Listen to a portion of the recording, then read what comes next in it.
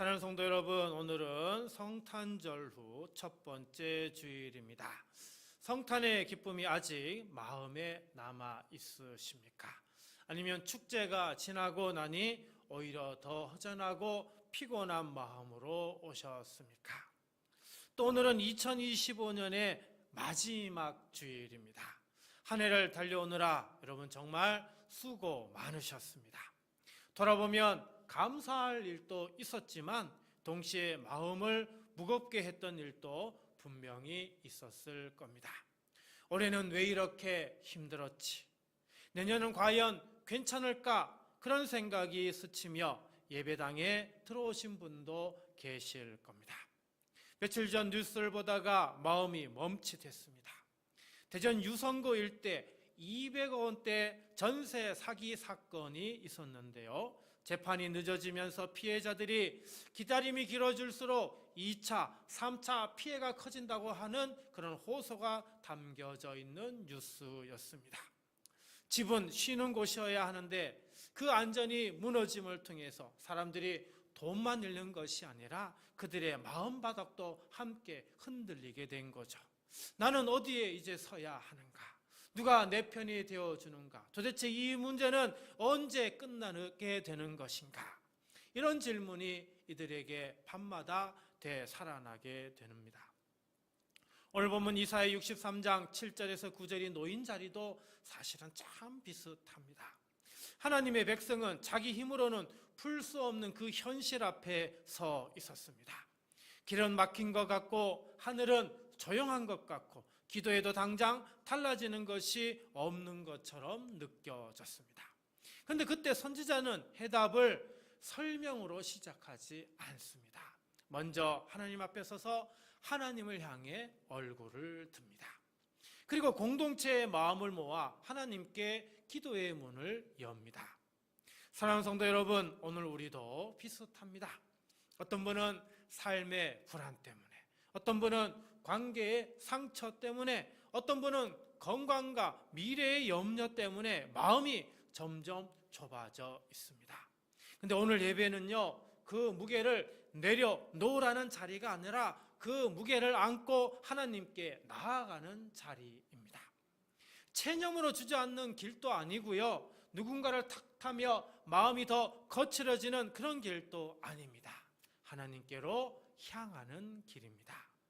오늘 말씀은 우리를 그 길로 초대합니다. 한 해의 끝자락에서, 그리고 새해의 문턱에서 우리가 다시 하나님 앞에 서서 무엇을 붙들어야 하는지, 무엇을 놓치지 말아야 하는지, 하나님이 어떤 분이신지를 조용히 보여줄 것입니다. 사랑하는 성도 여러분, 사람이 힘들어지면 제일 먼저 무너지는 게 무엇인지 아십니까? 체력보다 먼저 기억이 무너집니다. 마음보다 먼저 기억이 무너집니다. 하나님이 내게 어떻게 해오셨는지를 잊어버리면 오늘의 문제는 점점 더 커 보이고요, 하나님은 점점 멀게만 느껴집니다. 그래서 이사야는요, 문제로 시작하지 않습니다. 먼저 어떻게 해요? 하나님을 기억합니다. 우리 7절 말씀 볼까요? 내가 여호와께서 우리에게 베푸신 모든 자비와 그의 찬송을 말하며 그의 사랑을 따라 그의 많은 자비를 따라 이스라엘 집에 베푸신 큰 은총을 말하리라. 여기 보니까 말하며 말하리라 라고 하는 단어가 두 번 사용되는 걸 볼 수가 있는데요, 여기 이 말하다 라고 하는 동사는요, 그 기억하다 라고 하는 동사 자카르에서 나왔습니다. 그래서 이 기억은요, 머릿속에만 맴도는 그런 회상이 아니고요, 입술로 꺼내어 말하는 기억이다, 이런 의미가 담겨져 있습니다. 사랑하는 성도 여러분, 이것이 바로 기억이 예배로 변하는 그런 순간입니다. 우리가 기도할 때도 그렇습니다. 마음속으로만 주님 힘듭니다 이렇게 기도하고 끝내면은요, 내 감정만 더 커질 뿐입니다. 그런데 하나님이 하셨던 그 선하심을 한 가지라도 먼저 입으로 말하면 그때부터 내 마음의 방향이 하나님께로 돌아서게 됩니다. 기도가요, 원망으로 흐르지 않고 믿음으로 들어가기 시작하는 거죠. 7절에서 우리가 붙들어야 할 핵심은요, 두 가지입니다. 하나는 자비이고 하나는 찬송입니다. 먼저 자비는요, 단순한 친절이 아닙니다. 좋을 때만 잘해주는 사랑도 아닙니다. 약속하셨으면 끝까지 놓지 않는 사랑, 언약을 포기하지 않는 신실함이라는 그런 의미가 담겨 있습니다. 내가 흔들려도요, 하나님은 약속을 놓지 않으시는 사랑이다. 이 말이 바로 자비입니다. 우리의 형편이 어떻든 기도의 출발은 문제보다 자비가 먼저인 겁니다. 그래서 문제부터 시작하면 여러분, 우리의 기도는요, 금방 탄식이 되고 원망이 됩니다. 그러나 하나님께서 우리에게 베풀어 주신 그 자비부터 우리의 입술로 고백하게 되면 기도는 현실보다 하나님을 더 크게 고백하는 그런 시간이 되게 되죠. 하나님은 지금도 우리를 자비로 붙드시는 하나님이시기 때문입니다. 그 다음에 우리가 보아야 하는 것은 찬송입니다. 원어로 보니까 테일롯이라고 하는 단어가 쓰여졌는데, 이 테일롯이라고 하는 단어는 단수가 아니고 복수입니다. 다시 말하면 찬송들이라는 그런 의미입니다. 한 곡의 찬양이 아니라 여러 개의 찬양이라는 뜻이죠. 하나님을 찬양할 제목이 하나만 있는 게 아니라 여러 겹으로 있다는 그런 의미입니다. 사랑하는 성도 여러분, 믿음이 약해질수록 우리 머릿속에는 문제 목록만 가득해집니다. 근데 이사야는요, 문제 목록이 아니라 은혜 목록을 말하고 하나님이 하신 일을 한 가지씩 꺼내어서 하나님을 찬양하라, 이렇게 말하고 있습니다. 그리고 7절 끝에 보니까 큰 은총이라는 말이 나옵니다. 말 그대로 풍성한 선하심이라는 뜻이죠. 하나님은 우리에게 조금 주시고 끝내는 분이 아니라 어떻게 해요? 넉넉히 채워주시는 분이시라는 겁니다. 그래서 우리가 기억해야 할 은혜는요, 하나님이 우리에게 베풀어 주신 단지 작은 친절 이런 몇 개가 아니라 우리 인생을 여기까지 붙들어 주신 하나님의 풍성한 은총이라고 하는 겁니다. 하나님의 말씀은 그 길을 계속해서 우리에게 가르쳐 주시죠. 여호수아 4장에 보면 이스라엘이 마침내 약속의 땅 가나안으로 가기 위해서 요단강을 건너게 됩니다. 그리고 요단강을 건넜을 때 하나님께서는 12돌을 세우라, 이렇게 말씀하십니다. 왜 그럴까요? 훗날 자녀들이 이 돌들은 무슨 뜻인지 물었을 때 부모가 그 의미를 명확히 알고 자세히 말하게 하려는 겁니다. 우리가 어떻게 여기까지 왔는지, 하나님이 어떻게 요단강을 가르시고 우리가 길을 건널 수 있었는지 그 사건을 분명히 알고 기억하라라고 하는 겁니다. 선지자 사무엘도 마찬가지입니다. 하나님이 전쟁의 위기에서 도우신 뒤에 돌을 세우고 그 돌을 에벤에셀이라 이렇게 명합니다. 에벤에셀, 여기까지 여호와께서 우리를 도우셨다, 이런 의미입니다. 그러니까 에벤에셀 신앙, 바로 아즈키르 신앙, 다시 말하면 기억을 돌처럼 세우는 신앙인 것입니다. 사랑하는 성도 여러분, 그러므로 오늘 우리는 기도의 첫 문장을 바꾸어야 합니다. 주님, 이것이 문제입니다 라고 우리가 그동안 기도를 시작했다면 이제는 주님께서 베푸신 자비를 제가 먼저 말하겠습니다, 이렇게 시작하는 겁니다. 그리고 오늘 주님이 내게 베푸신 자비 한 가지를 매우 구체적으로 적어보는 겁니다.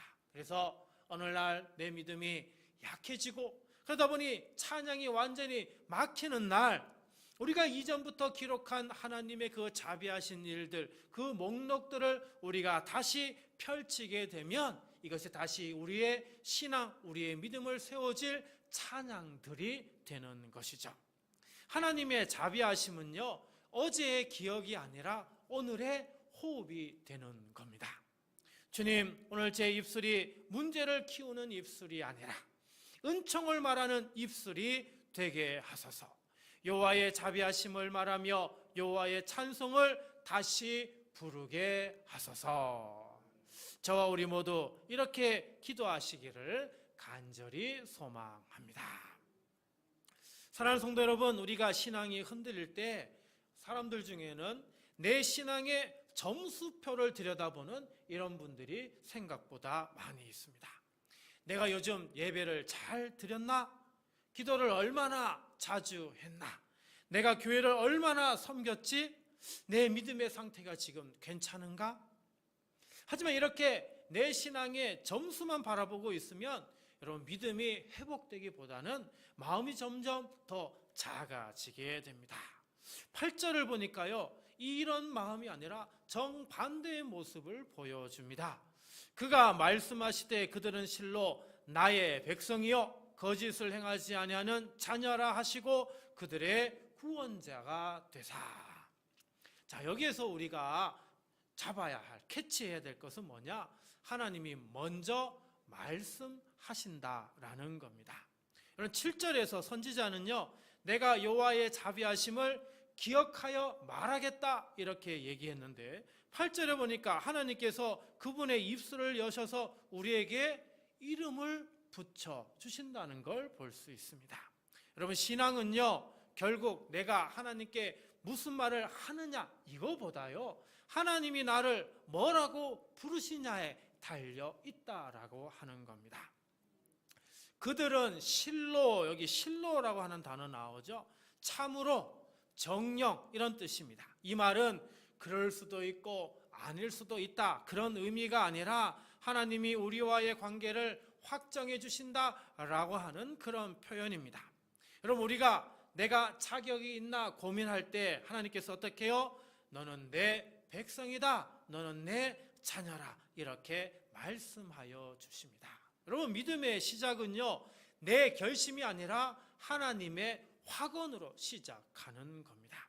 그래서 하나님께서 붙여주신 두 이름이 뭐라고요? 하나는 백성, 하나는 자녀입니다. 백성, 암미 이렇게 발음하는데요, 이 내 백성이라고 하는 이 말, 하나님이 우리를 마치 소유물처럼 여긴다는 그런 의미가 아닙니다. 오히려 내가 너를 책임지겠다라고 하는 언약적 선언인 것이죠. 너희는 우연히 모인 사람들이 아니야.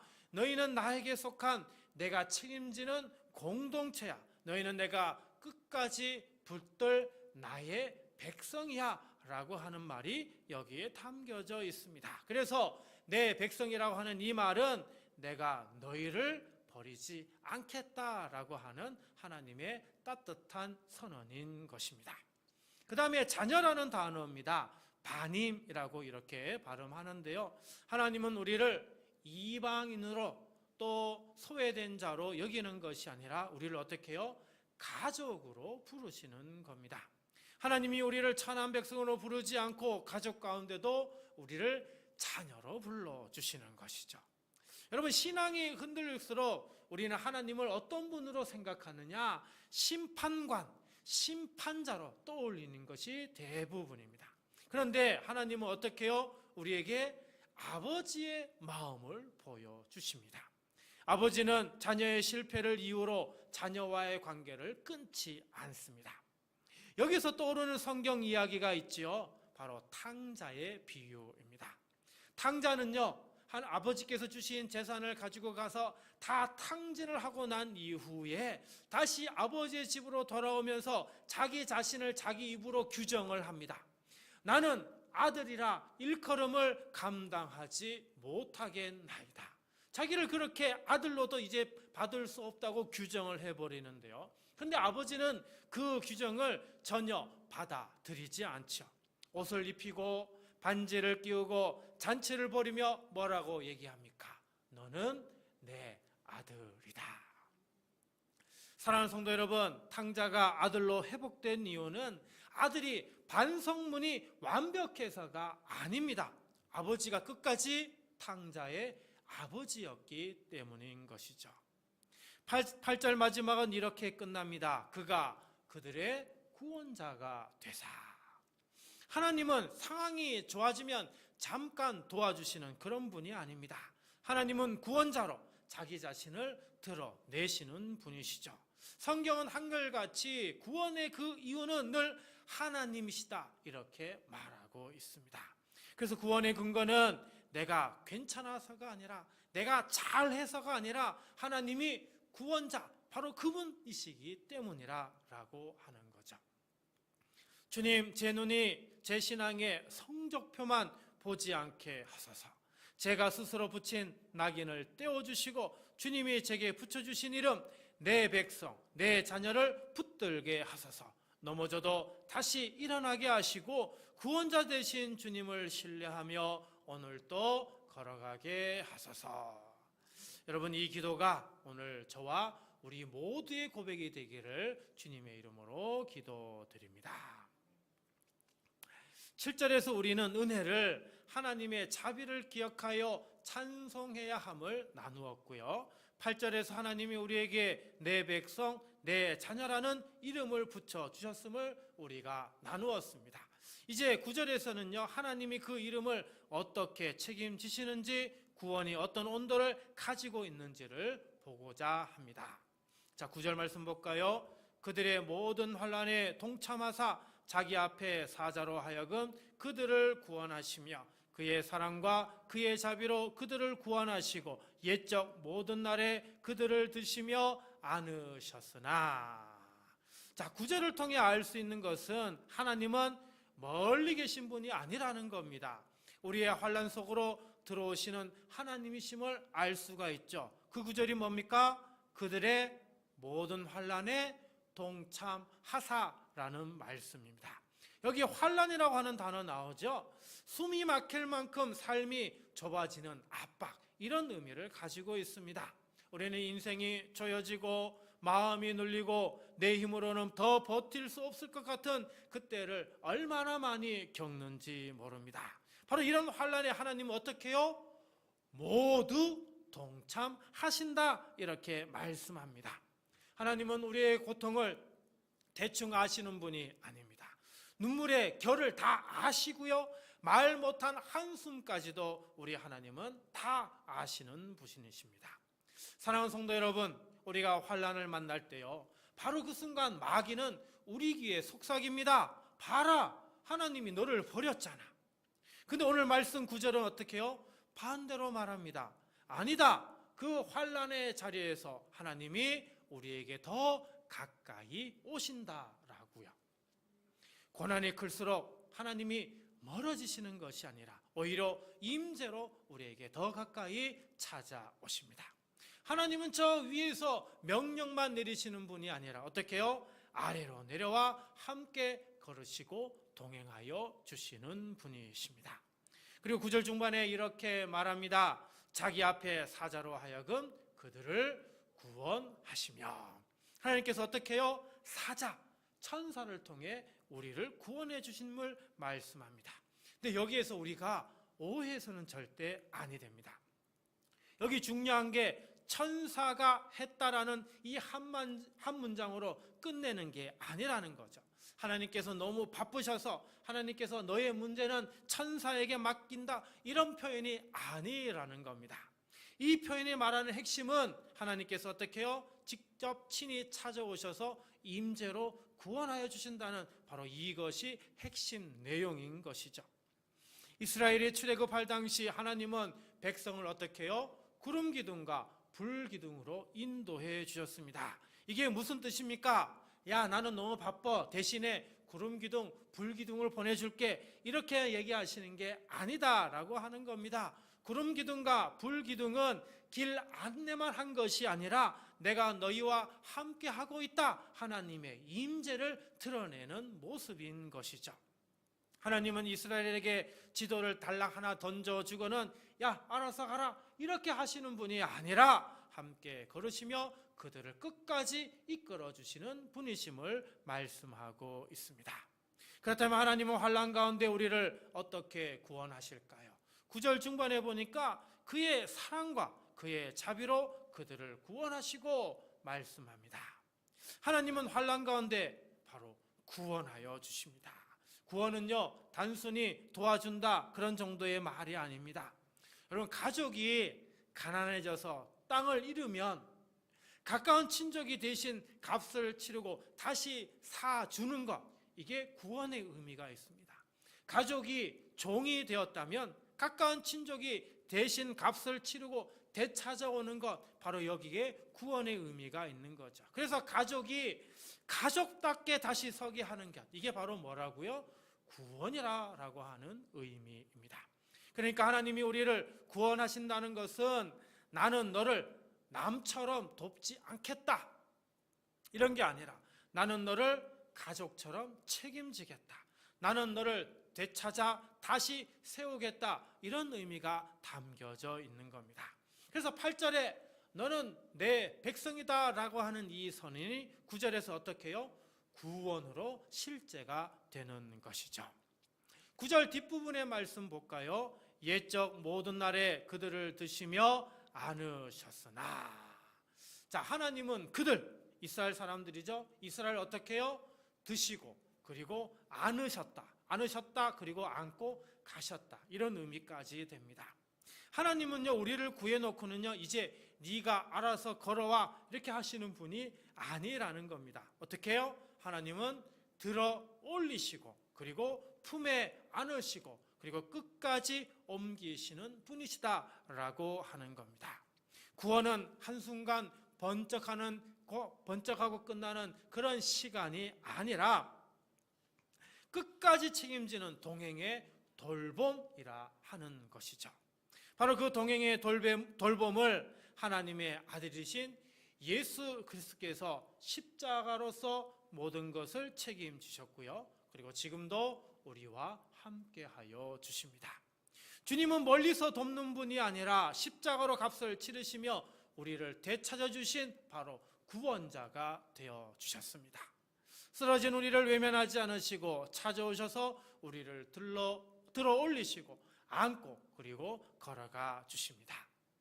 사랑하는 성도 여러분, 오늘의 환난이 하나님이 안 계신 증거가 아닙니다. 환난 속에서 하나님은 우리에게 더 가까이 오시고 사랑과 긍휼로 우리를 되찾아 구원하시고 들어 올려 안고 그리고 끝까지 데려가 주십니다. 주님, 지금 제 환난이 너무 커서 주님이 멀게만 느껴질 때 예수 그리스도 우리 주님을 믿게 하소서. 저를 되찾으시는 구원자, 저를 품어 옮기시는 예수님의 손을 끝까지 붙들게 하소서. 오늘 이 기도대로 한평생 예수님의 손을 잡고 끝까지 붙들며 살아가시기를 주님의 이름으로 간절히 축복합니다.